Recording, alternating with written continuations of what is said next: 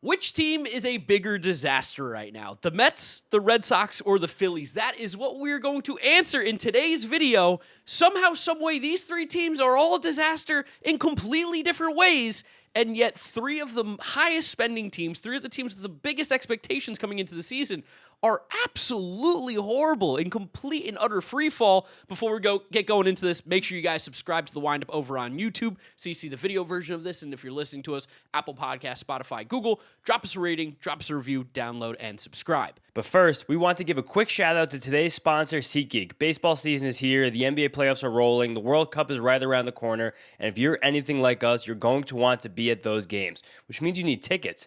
That's where SeatGeek comes in. Use our code WINDUP10 for 10% off your next purchase at SeatGeek. Maybe you don't want tickets to a baseball game right now. You can still use SeatGeek to buy tickets to a basketball game, a comedy show, a concert, again, the World Cup, and so much more. And with over 30 million downloads, SeatGeek is the #1 rated ticketing app. Our personal favorite feature about SeatGeek is their SeatGeek score, where they rate and grade every single ticket on a scale of 1 to 10 to let you know how good of a deal you're getting. If you see tickets with a score closer to 10 or with a green circle, buy those tickets. That's a good deal. But then when you see tickets with a score closer to 1 or having a red or an orange circle, that's not a very good deal. You don't have to buy those tickets. So once again, we got the hookup for you guys over here at the Windup. Use our code WINDUP10 for 10% off your next purchase at SeatGeek. That's 10% off your next purchase at SeatGeek using code WINDUP10. The link for that is in the description. Make sure you download the SeatGeek app. And thank you, SeatGeek, for sponsoring today's video. I mean, James, where do we want to start? I mean, we talk about the Mets so much. Maybe we start with another team first? We should start with the Red Sox. I think the Red Sox, even still a few days after Alex Cora's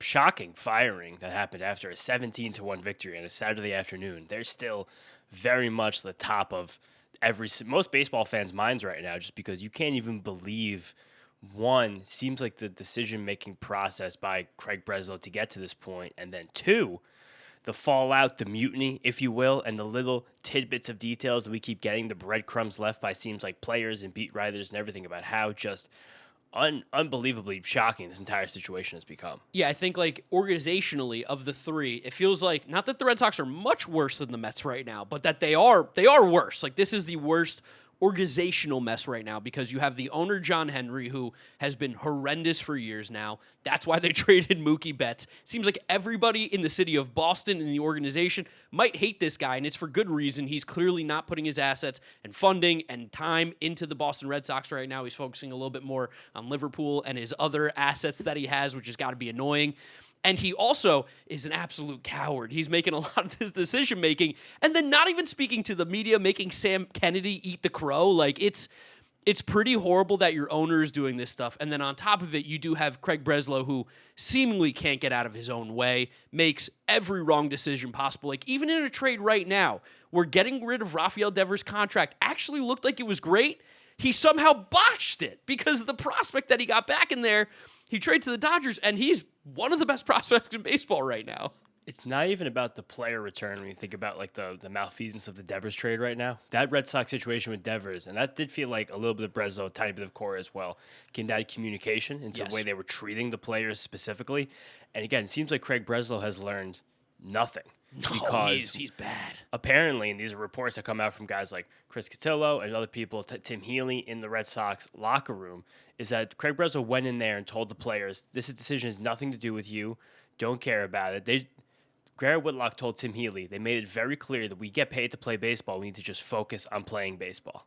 Trevor Story, I think, said very similar things, too, about how we haven't been able to talk to anybody. They don't want to speak to us, which that in of itself is kind of insane. Like, I know probably what the front office is thinking. Like, you're here to play baseball. Don't worry about the personnel decisions. But that is just such bad organizational process, especially when Alex Cora, for the most part, like, is a really good manager. He's won a World Series there. He's been successful. It seems like the players love him. Not that that's a reason to keep him there. They have vastly underperformed. But the way that they went about it is just so wrong to the point where, like you said, Whitlock, Trevor Story, a lot of the comments, feels like there's going to be a mutiny in Boston. I think there is currently a mutiny in Boston after they won their game on Sunday. 2-game winning streak for the Red Sox right now. Have to mention that. Yeah. As at time recording this, Conley Early tells the media, we played the way AC Alex Cora would have wanted us to. And also the way that Story has put himself in the middle of this publicly, it seems like he was actually a big part of the feud. We're here from Julian Mack that there was some in the Red Sox organization who believed Story was past his prime, no longer capable of being an everyday impact player. The front office was not fully convinced by his 2025 bounce back, so questions were raised by them when Alex Cora kept hitting him second to begin the season. Which is fair. I mean, Trevor Story definitely doesn't have much left in the tank right now based on how he's been playing. But at the same time, it is crazy to see such a disconnect publicly and just how the organization is in complete disarray. And on top of it, Craig Breslow fired everyone except his guys. And his guys are very much to blame as well for the Red Sox problems right now. Definitely. I mean, again, he fired Jason Varitek. How do you fire Jason Varitek from the Red Sox? I don't think Jason Varitek's probably doing anything that is part of the reason why the Red Sox are losing, and he's a legend. And then the way that all of these guys, when they all got to the plane together, all the fire coaches, they took a picture. They were smiling ear to ear. Alex Cora immediately goes on Instagram, and somehow he finds a clip from Mookie Betts on, I think it's the All That Smoke podcast, Steven Jackson. Yeah, with Matt Barnes. And Matt Barnes. And it wasn't even posted by their podcast, I think. I think it was posted by another one. Just a clip farmer. And it's the fact that Alex Cora is posting that at midnight, the night he gets fired. What's been going on with this organization for the last 5 years? Which even makes me think that even right now, Breslow, rightfully so, has become a scapegoat for what looks like, and you're asking a Red Sox fan, I think they'll tell you this, as John Henry has just completely destroyed this organization top down, which is crazy. And Whitlock even said, it's come from our friends at Foul Territory, players weren't even allowed to ask questions about Cora's dismissal in the team meeting with Henry, Kennedy, and Craig Breslow. They just talked and said, no questions, see you guys later, get ready to play some more baseball. Yeah, they gave him the old shut up and dribble to LeBron. That's basically what it is. Go out and play baseball, and that's it. We don't actually don't tell us your opinions. You're not here to give opinions. And then to even just completely add to the the aura of a circus this is, when they gave their press conference because this firing happened in Baltimore, they didn't bring a backdrop with them for Nesson or the Red Sox. They're giving this press conference in front of an Orioles backdrop, so you have all the Red Sox guys talking in front of the Orioles logos. Why? What an absolute circus this has become. Yeah, no, it's truly become a complete mess. The Red Sox roster, again, should be playing better, but also Craig Breslow is to blame for having Caleb Durbin and Marcelo Meyer be solid guys playing every single day in this roster. Trevor Story's been struggling. There have been holes and things that you have pointed out on the windup here about you didn't trust this offense, and what do you know? It's looked horrible. It's terrible. I mean, also you were yeah, Roman Anthony can win MVP. I was maybe he has a sophomore slump. You're no way. Yeah, but it's possible for a guy in his second year as a 21-year-old. That's another thing too. It's definitely not a bad thing. I think it winds up being a great thing. Roman Anthony, we talked about it this offseason. He has the absolute most generous extension ever given out to a player his age. He's making $16 million this year. Yeah, we just did a draft trying to fill a team with random players using the Mets' salary, and you drafted Roman Anthony. It's wait, he's getting $16 million now? It didn't have to start today. That's why it was so crazy that contract happens. How he bought out the free agency years by buying out these pre-arbitration years. But it's a really bizarrely constructed team. And we'll talk about all these teams, how bizarrely constructed they are right now. But this Red Sox roster is so strange. And they're also one of the worst contracts that they've given out this offseason too. And Ranger Suarez, that's definitely all Craig Breslow has to be. I mean, probably, right? But it's just these. I don't know. It felt I like what Crochet said too, where he was it felt like that we underperformed and kind of let these guys got screwed for it. Yes. But it seems it might be the weird thing where maybe sometimes you just have to hate the lunch lady. It's clear that Breslow and, of course, also John Henry, these players probably don't like either of those guys very much. I feel bad for Sam Kennedy. Sam Kennedy seems like a jolly guy.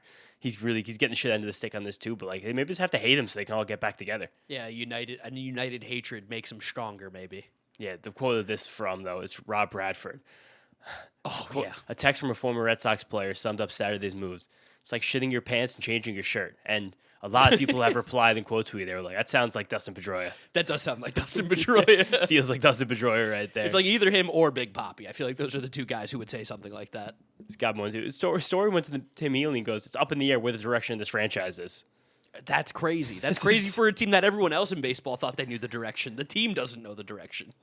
When we did our predicting the 5 next World Series winners, we both had the Red Sox on that list. I think we might have both had them on twice because we thought their future was so bright with the collection of talent they had, plus everything that's gone on in their minor leagues. And now, I don't even know.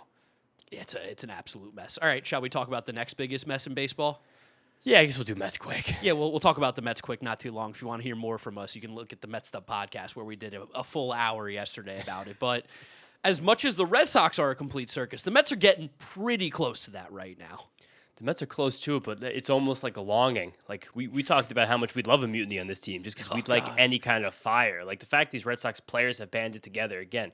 Maybe sometimes all become friends, you got to hate the lunch lady. Like it seems like the Mets are getting near that point, but the Mets are almost they're almost just lost in their own world about like why docile. they're struggling. They like can't even believe. Our friend Ernie called them flaccid, and I was like, yeah. When I watch this team, that is kind of how they appear. Like they look around like, oh, I can't believe we're not better. Oh, They're very shucks. limp. There's just this. This seems like there's no. Again, like people always will accuse a baseball team playing poorly of not caring. I don't see that at all with the Mets.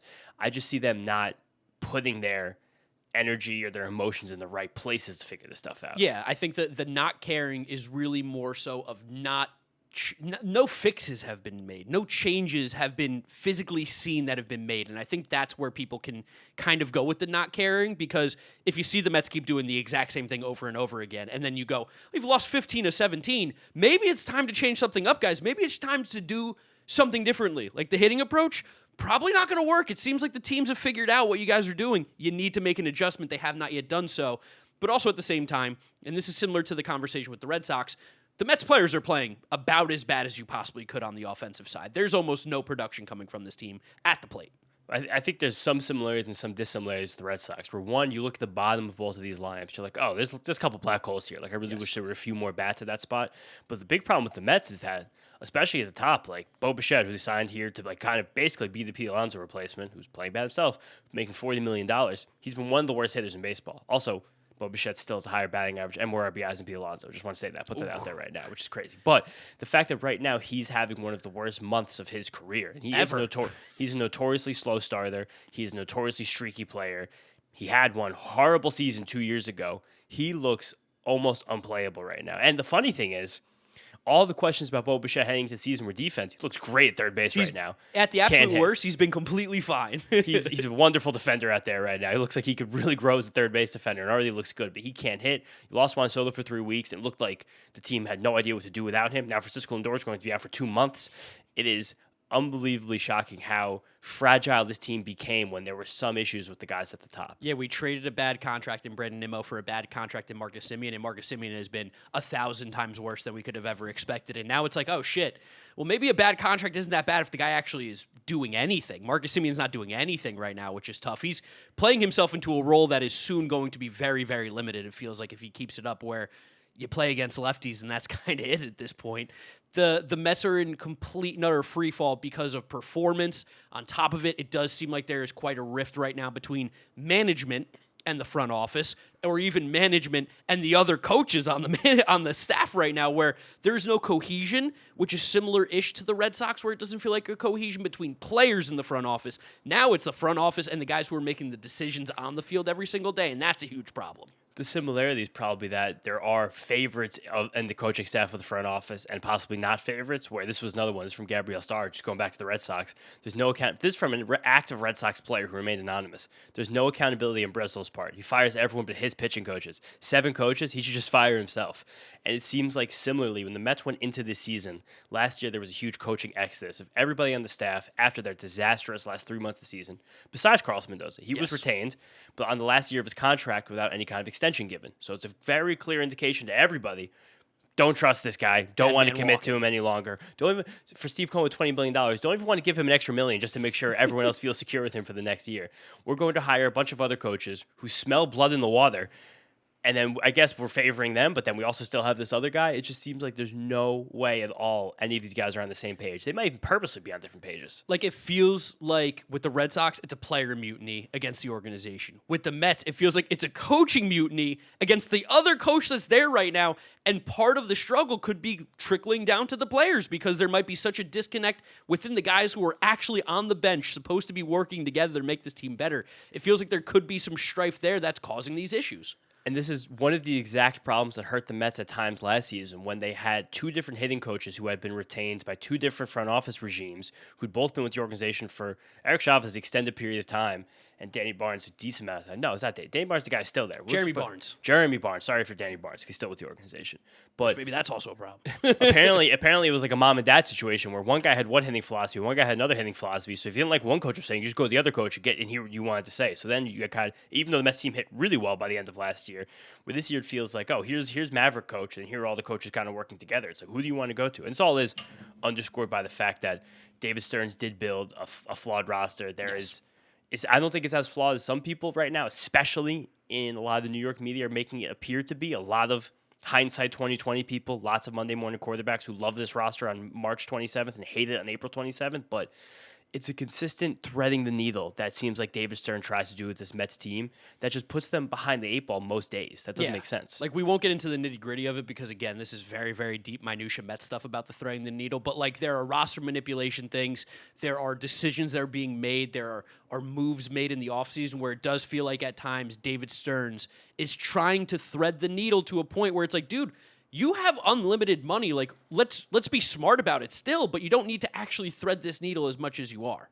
And one thing we even forgot to talk about with coaching miscommunications. They had, even on the midst of what was big for the Mets, 2-game winning streak on Thursday night. Oh, yeah.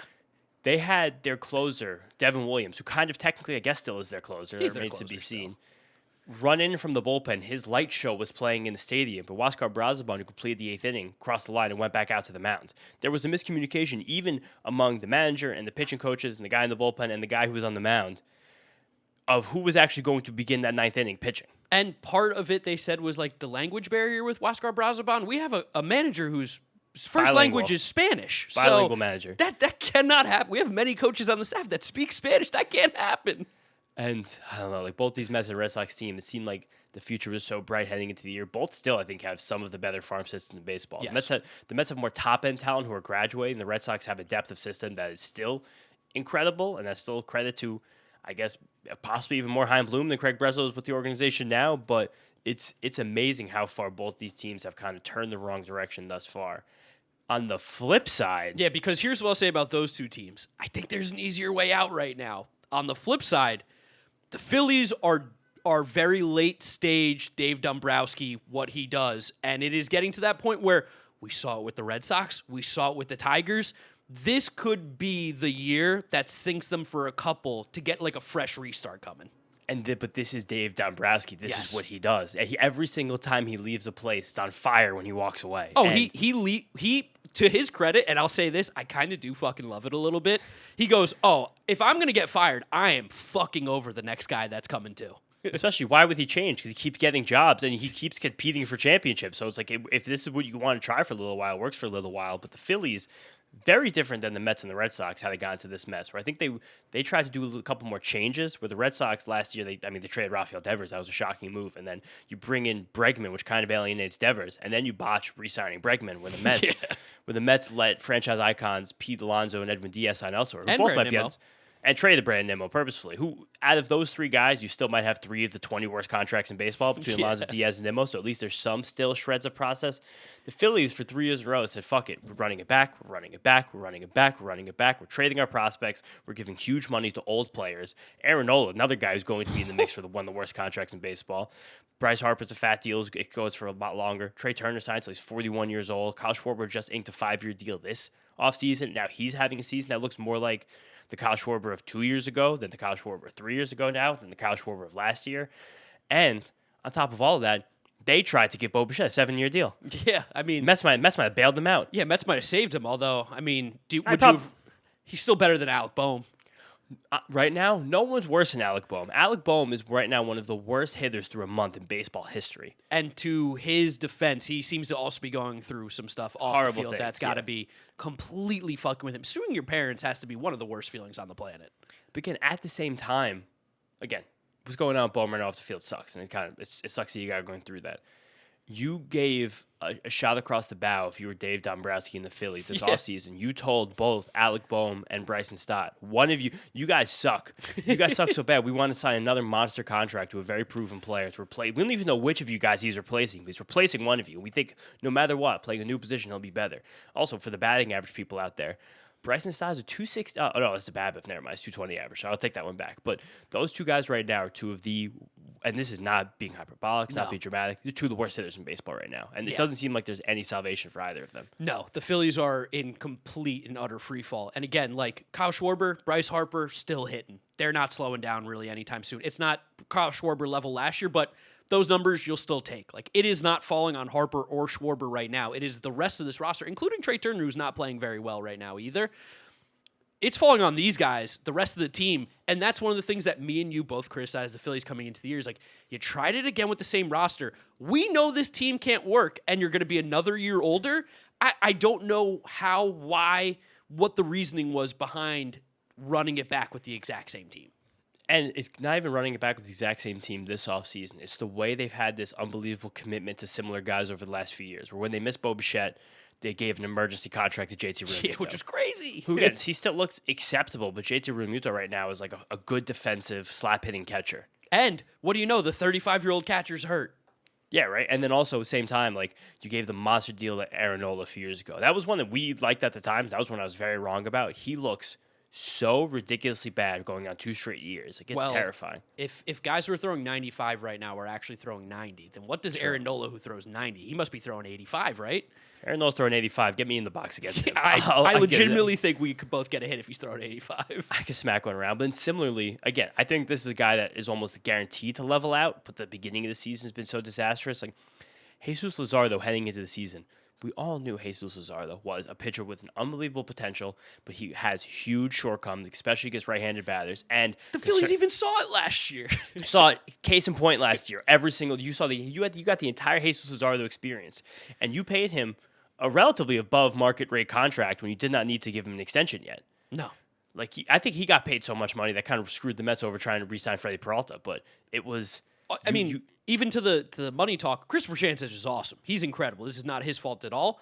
But they also gave him an extension for no reason that they didn't have to do either, which, it's probably going to work out. He's a fantastic pitcher. Fine. But, that's where your money was going. And then, the rotation coming into a vibes the year. extension. Yeah, it's a vibes extension. We knew Wheeler's going to be coming back, and he looks totally fine. He's not the sharpest, but he looks fine enough. It was shocking how good he looked in that start, actually. Yeah, he's good. But then the rest of this rotation, Aaron Nola coming off a horrendous year, Jesus Luzardo, the up and down of his season, Andrew Painter and Taijuan Walker were other guys that you were relying on. Taijuan Walker just got DFA'd. He's horrendous. And Andrew Painter coming off a major surgery, who didn't look good in AAA yet, didn't look like he was at his sharpest.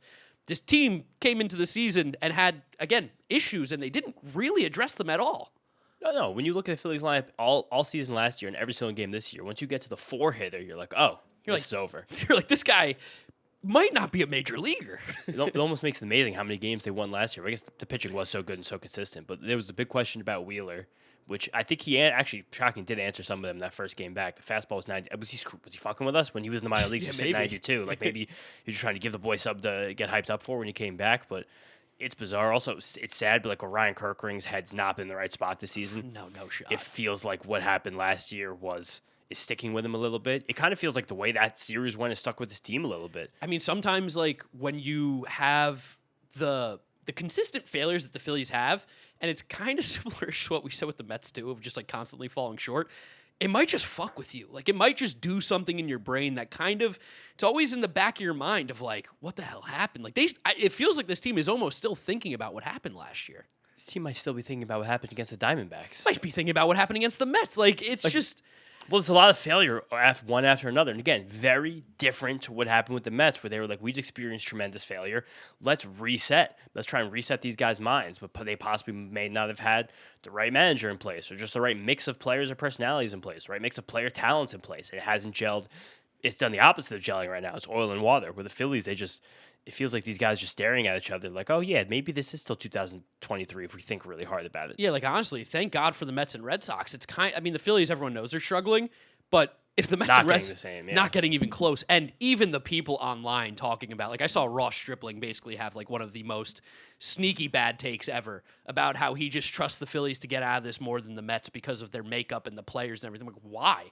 It feels like there might be one common denominator that the Phillies that some of these other teams in baseball, specifically the Mets, don't have. The funny thing is that Bob Nightingale's already linked like Alex Cora to the Phillies. Yeah, because Alex Cora would get a lot of respect in that Phillies locker room. I mean, honestly, maybe that's what they need. But like in Bob Nightingale's first tweet when this happened, they wrote an article about it that followed. Alex Cora not even being halfway through his 3-year, $22 million extension. And then he'll be managing again within a week if he chooses. There's people all around the Mets world right now who are like, we got to bring Alex Cora in. It's like I don't think that'll make a difference, guys. Yeah, I don't. Again, Carlos Mendoza's not helping, but I don't know if Alex Cora saves the season.